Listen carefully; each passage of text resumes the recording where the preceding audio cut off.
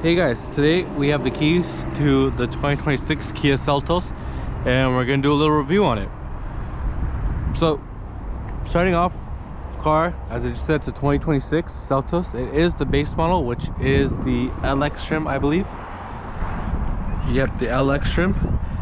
So yeah, so getting into the car, this car does not have keyless entry. You actually have to use the key fob to unlock it. And so I've had this car for 2 days, and sometimes I put my hand in my pocket to unlock the car. I get inside, I sit down, and I realize I need to take the keys back out because it is not a push to start. You do have to use the key and start the car. So yeah, so let's move to the back seat and show you the trunk, and then we'll take it for a drive. So getting into the back seat, there is not much space, so I have the seat as far back as possible because I have longer legs, and as you can see, my knees are hitting the seat, and it's like a plastic type thing, so there's no cushioning for my knees. Headroom, I do have about that much headroom left till my head is hitting the ceiling. My GoPro is currently hitting the ceiling. Back here, you have no AC vents or anything. You have no cup holders in the middle. You just have your small cup holders in the door, as you can see right there. And yeah, let's move on to the trunk.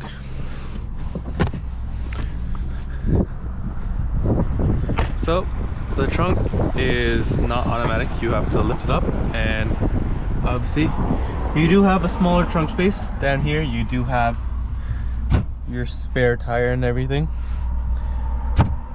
So yesterday I put like trunk size. So yesterday I put a party sized pizza from Pizza, and it came down to about here and here. So almost half the trunk, you could say, that it took up. So yeah, now let's hop back in the driver's seat and take it for a drive.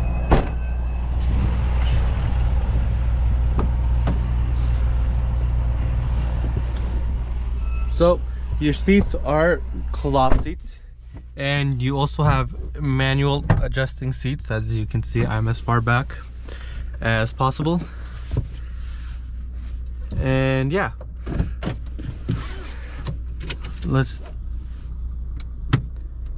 and also your parking brake is also manual. You do have heated seats, no cooled seats, no heated steering wheel. Also, your AC controls are dials, and there's no display or anything telling you what temperature you're at or anything. You do have wireless CarPlay, as you can see, which is nice. You do have a digital display. You have your speed on the right, your RPMs on the left, and your display which you can change depending on information. I do wish there was an option to leave the middle blank and make like the lines on the outside continue, but that's sadly not an option. You do have two cup holders here, but as you can see, my Starbucks drink will move around. You do also have another little pocket right here, as well as a small little cubby up here, which you could put your wallet up there if you wanted. Just make sure you don't forget that. And yeah, let's take it for a drive. Let's just set the fan speed. If you're driving here, sometimes, you know, the image, you know, you won't see it properly, so you actually have to kind of lean over to make sure. But yeah, let's take it for a drive. Starting off, we'll do a little turning radius test. So we'll indicate left, make sure no one's coming, crank the wheel all the way, and we will have to go on the gravel a little bit, but not a bad turning radius. No.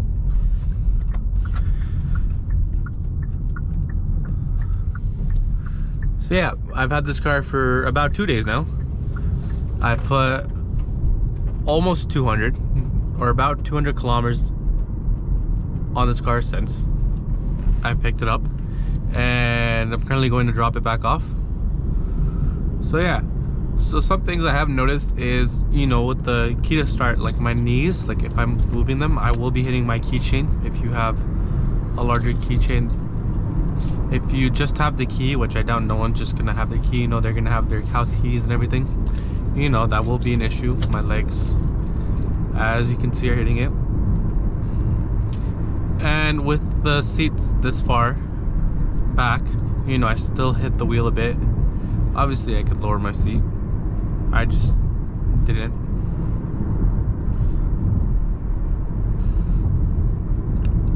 So some amenities of the car, you do have cruise control. It is not adaptive cruise control like it is on the K5. It's just a regular cruise control, but you do have steering assist, so it will keep you in the center of the lane. As you can see, it will keep you within your lane and everything. It does have a problem when you go through intersections, you know, obviously because it can't sense the lines or whatever. But yeah, one thing I don't like in the K5, you know, I can easily just like push up and reach it. These are like at an angle and there's kind of like bumpy, so in the middle they like rise in the middle, so I don't like that. I wish it was like flat like it was in the K5. Your display in the middle, you can have where you can see your, you know, your cruise control, your auto stop, your accumulated info for your trips and everything, your sense refueling, which I just refueled this car. If you do want to see how much it would cost to fill up this car, I'll leave the link right here. I didn't fill up on an empty tank. It was a little over half a tank, but I did have to fill up since I'm going to drop this car back off at the dealership. So yeah, let's go back to that one that I missed. Since refueling, you do have your drive info for when you start up the car. So I've been driving for 6 minutes and I've averaged 7.2 liters per 100 kilometers. You can use the settings of driver assistant, cluster, lights, door convenience, units, and then you can see how much power is going to your tires or your tire pressure. And yeah, so your display is customizable. As you can see on the outside, it's purple. You can set a theme, or you can set it to where it changes for what your drive mode is. So currently I'm in normal. If I were to switch it into smart, as you can see, it turned red. But we're just gonna keep it back in normal. There's also a smart mode.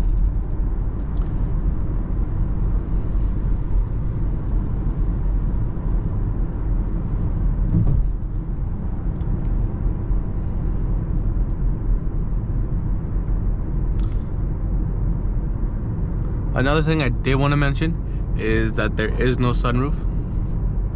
It's just a blank roof. So on your steering, your buttons, they do feel like they have a little bit of resistance. I was noticing that earlier. Don't notice that as much now, except right now. So yeah, you do feel a bit of resistance on them. But yeah, that's about it. So on your door here, you do have your button to control the illumination of your display. You have your auto stop button and your traction control button. On this side, you have your differential lock, your hill descent control, and heated seats for the passenger. And over here, you obviously have your AC controls. One thing I also did notice, for the leading vehicle driving away, the car in front of you shows like a blob, as you just saw. Like on the K5, it'll show like a K5 with like, it'll show an actual car, not like just a little blob as it does.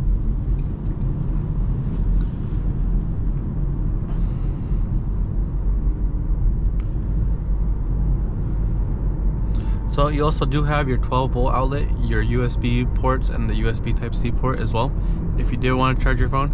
As I did mention, this car does have wireless CarPlay, so, which is a good thing, which I like, because, you know, I don't want to plug my phone in when my phone's at 100% just to use CarPlay. So they did do a good job of that. So driving this car, it is a quieter car. As you can see, the RPMs, you know, you're at 0.6 right now when we're stopped and idled. You know, you do have your auto stop start, but I always like to turn it off because I don't like having it on. One thing I do wish this car had was brake hold. There's no brake hold on this car, so sometimes I just stop and put the parking brake up. I don't really do that, but that I thought of that as an alternative. But I do wish this car had a brake hold, so that way, you know, when I'm stopped at longer lights, I can just take my foot off the brake and relax.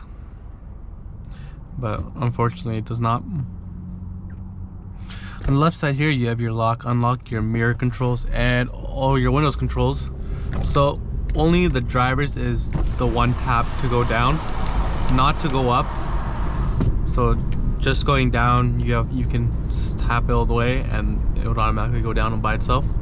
To come up, you would have to hold it up. Same with all the other windows. You have to hold them to go down and up. They're not the one-touch buttons.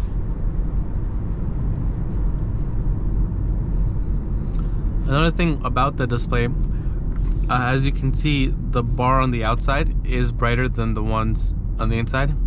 If you see, like, as you're speeding up, the inside bars will start to light up as well. So when we take off here, you'll probably see that the second bar will light up, and then when we're slowing down, it will not be lit up. I don't know if it does it at a certain speed the next bar lights up, or just when you're accelerating or decelerating. We'll see when we take off.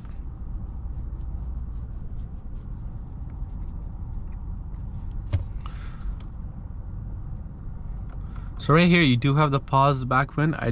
One thing I did notice when I was turning off one of the features, if I'm down here, I kind of wish this button would have gone back, but you do have to scroll to the top to go back. I do wish that button would have been able to do that as well. But yeah, visibility, as you can see, it's a smaller car, so you have pretty good visibility except for back there. But as you can see, this car does have blind spot monitoring as well, so you can, yeah, so you do have blind spot monitoring to make up for it. But yeah,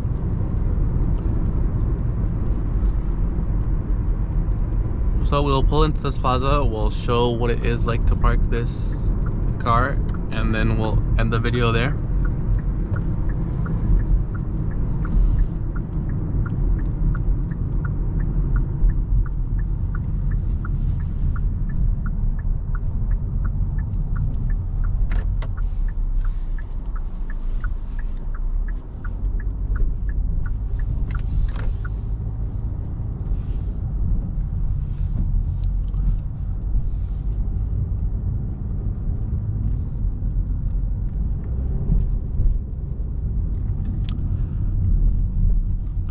So yeah, parking the car, you can just drive on up, push the button on the side, put it into reverse.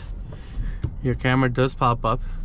You do have rear cross traffic, but no sensors that I've noticed.